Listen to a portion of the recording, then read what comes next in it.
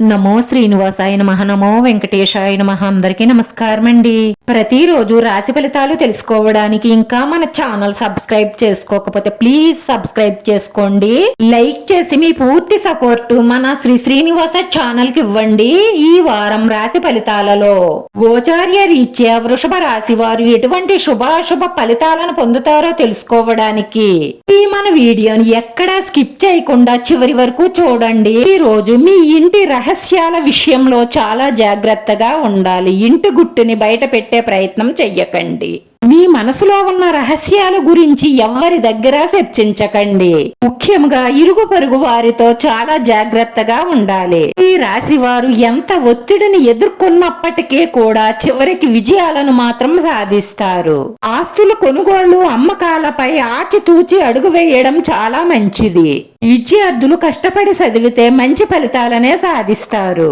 ఏ పనిలోనైనా సరే ఎక్కువగా కష్టపడితేనే మనం అనుకున్న గమ్యానికి త్వరగా చేరుకోగలుగుతాము. మీరు చేస్తున్న వృత్తి, ఉద్యోగ, వ్యాపారాలు అలా చెయ్యడమే మంచిది. మార్పులు చేర్పులు చేయడం వల్ల నష్టపోతారు. ఈ రోజు శ్రామికులకు, చిన్న చిన్న వ్యాపారాలు చేసుకునే వారికి సమయం అనుకూలంగా ఉంది. సినీ, రాజకీయ, కళారంగాల వారికి ఈ రోజు ఆశాజనకంగా ఉంటుంది. ఈ గ్రహాల యొక్క స్థితిగతులను బట్టి ప్రతి రోజు కూడా రాశి ఫలితాలు మారుతూనే ఉంటాయి.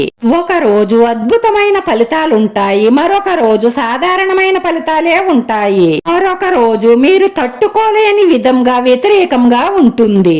అస్ట్రాలజీ ప్రకారం ప్రతి మనిషికి ఇది సర్వసాధారణం.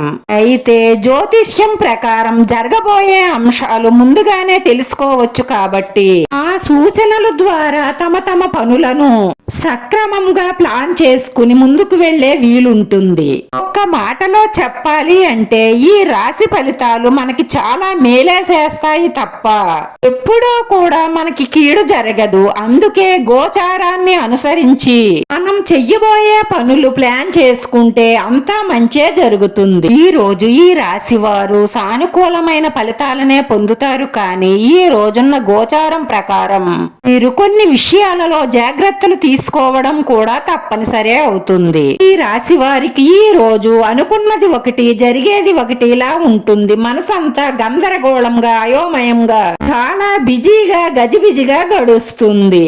ఈ రాశి వారు ఇంటా బయట కూడా కోపాన్ని తగ్గించుకోకపోతే ఘర్షణతో కూడిన వాతావరణం నెలకొంటుంది. మీరు ఎవరితో ఏం మాట్లాడినా చివరికి మీ మాటే తప్పుగా కనిపిస్తుంది. ఆర్థికంగా మీరు ఊహించని ఖర్చులు పెరుగుతాయి.